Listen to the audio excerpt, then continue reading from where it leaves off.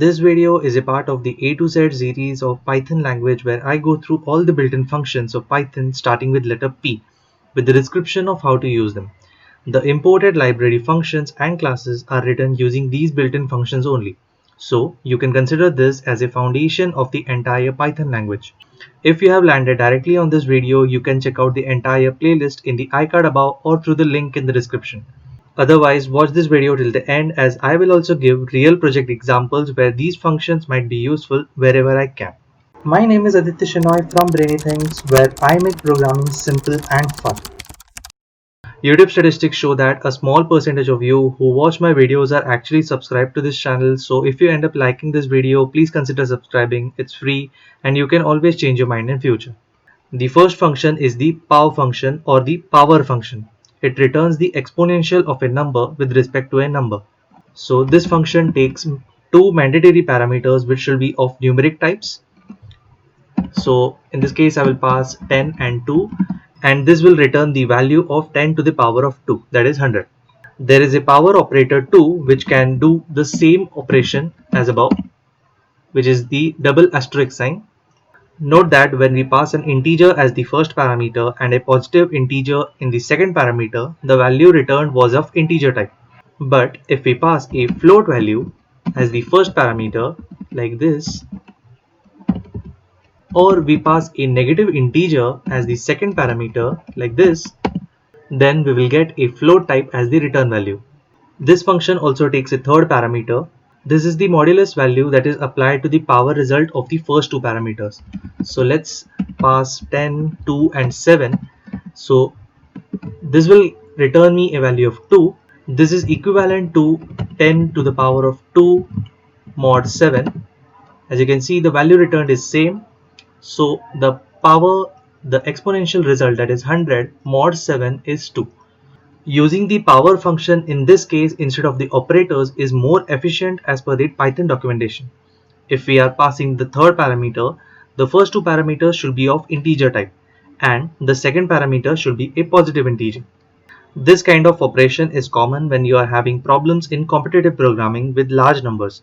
This is also common in a lot of cryptographic operations. The next function is the print function. This is the first function that every Python programmer learns to print hello world. So basically it takes a string and prints it on the standard output. So hello world like this, and it prints the string on the standard output. But this print function can do a lot more than you think. This function can take any number of parameters which need not be string. So we can pass hello world and Python like this. So as you can see that all these string parameters are parameters to this function separated by comma, and if we run this we get a space separated string representation printed on the standard output. If non-string type objects are passed, then it is converted to string by using the double underscore string function inside the class. Many programmers don't know about this trick that I am going to show you. We are going to use this fact that it takes any number of parameters and it is printed with a space character in between. In competitive programming problems, when the expected answer is an array, you are asked to print the final array with spaces in between. A is equal to 1, 2, 3, 4 and 5. And if we just print this array like this, these array elements will be enclosed in a square bracket and comma in between, which is also a good representation of the array. But what if we just want to print space separated elements? In Python, you can convert an iterable to multiple parameters of a function by using packing and unpacking operator asterisk. So by passing a star or asterisk sign behind this iterable, you are converting all the elements of the array to the parameters of this function like this. As you can see, all the elements of this array has been printed with space in between and no space at the end. And this is the desired output in most of the competitive programming problems. This is the same as if we are passing all the elements as the parameters directly to this print function like this, we will get the same output as before. This is a very handy trick that you should definitely know for competitive programming and coding tests for companies. If you didn't know this trick before, you owe me a like on this video, so quickly click that like button. You can also change the default separation string by passing the separation keyword. So I will just print the previous array as before, and I will pass the separation parameter a new line character, and all the elements are printed on the new line. This is also a very common output format in competitive programming problems. When you use multiple print statements like this, both the strings are printed on new lines. Even though we have not mentioned the new line character anywhere, each print statement is ended by a default end string as new line character. Sometimes you will want to change this default end string. Let's see an example. Suppose we want to print a staircase pattern for I in range 5, for j in range I plus 1, and inside this I will want to print a star. If I just run this, I will get each string being printed on the separate line like this, but we wanted a staircase pattern like this. So the problem is that each star is being followed by a new line character. So to override this, we can pass a end keyword like this, and we will pass empty string like this, and after each row we will just call the print function with no parameters, so that the default new line character as the end string will be printed. So if we run this, we will get the desired staircase pattern like this. There is a file parameter which you can change to redirect the output to a file instead of the standard output. So we will pass a string of hello world and pass the file parameter as the file object abc.text in write mode. And if we run this, you can see that the string that we just told to print is not being printed in the standard output region or the output region. So this output is now redirected to the file abc.text. So this is the folder where the notebook file is stored, and as you can see, the file abc.text has been created with the text hello world that we just printed right now. Print functions can only write string based things into files. So if you want to write byte streams, use file.write instead. There is one more parameter to this function, which is the flush parameter. Sometimes the content to be printed is buffered to reduce the IO operation time, but in some cases you will want this to print the string immediately. In such cases, you will use the flush parameter and pass a true value to it. To demonstrate this, I will use the same staircase pattern again. So I will copy this. Inside this cell, I will import the time library, and after each star being printed, I will pause the program for 0.1 seconds. And as you can see, some of the stars were printed together instead of being printed one at a time. This is because of the buffering of the strings to reduce the IO operation. So to overcome this buffering, we can pass flush equal to true like this, and now this staircase pattern is being printed more smoothly than before. Print function is undoubtedly a very useful function for console applications, for debugging a value by printing, by redirecting the output to a file, and many more things can be done using print function. Knowing the packing and unpacking trick will also save you a lot of your time.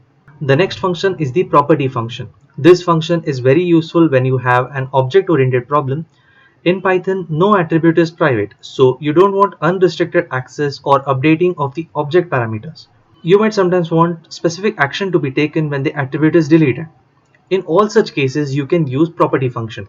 Let's create a custom class. I will name it as person, and I will initialize its constructor like this, and I will pass a parameter to this constructor. I will initialize self dot underscore age is equal to age.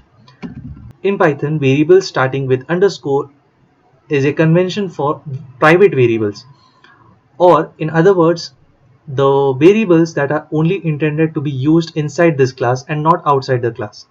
So this private variable will actually store our values, and we will create one property that will be public, which will access this private variable. Next, we will define the getter function.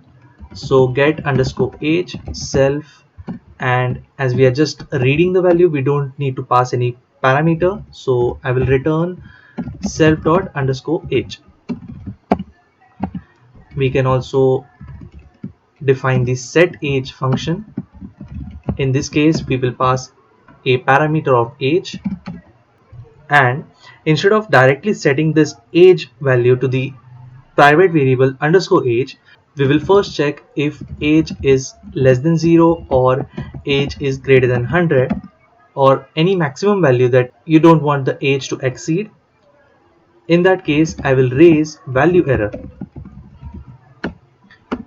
If this value error is not raised, I will set self dot underscore age is equal to age, like this.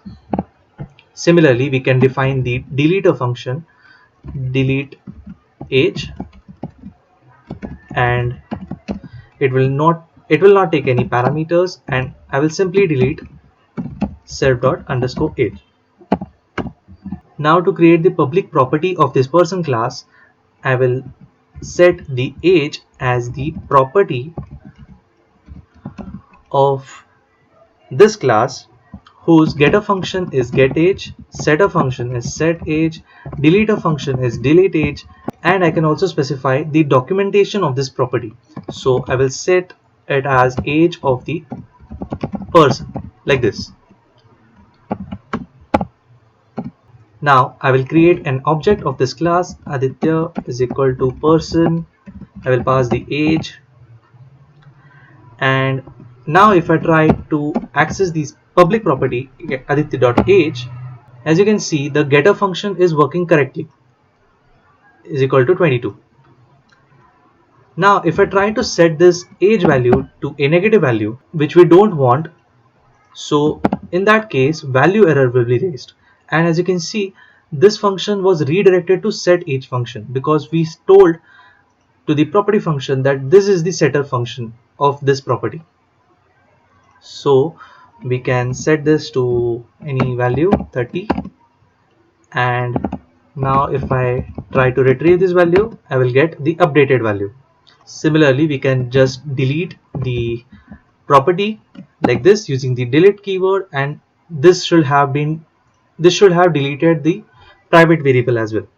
And to see if the documentation of this age property is correctly being set or not, we can use the help function and pass the person class like this. And as you can see, we are getting all the deleter, getter and setter functions along with the age property, and we are getting the age of the person documentation that we pass the string of.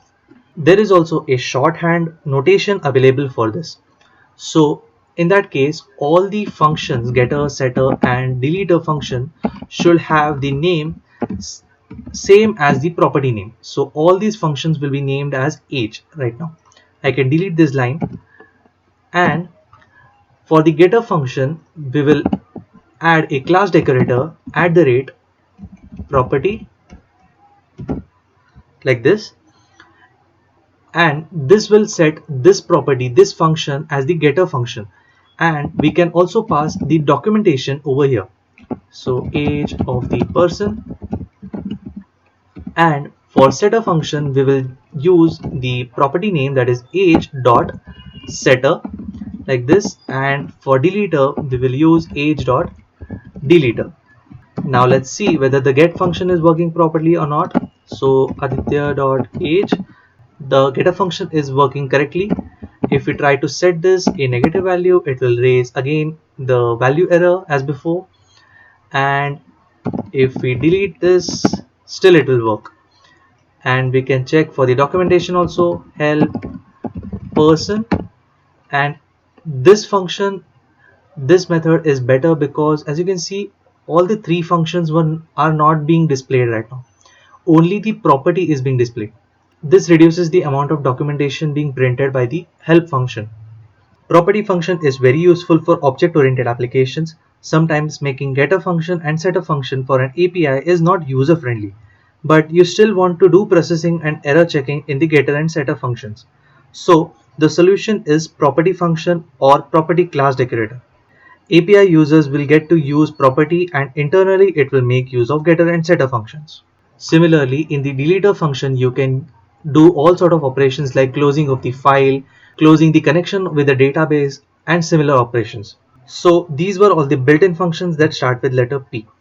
If you ended up liking this video, please press that like button, comment any feedback that you have for this video or this channel, share this video with your friends. The code that I write in all my videos of this channel is available in my GitHub profile, whose link is in the description. You can connect to me via LinkedIn, whose link is again in the description, and I will see you in the next video.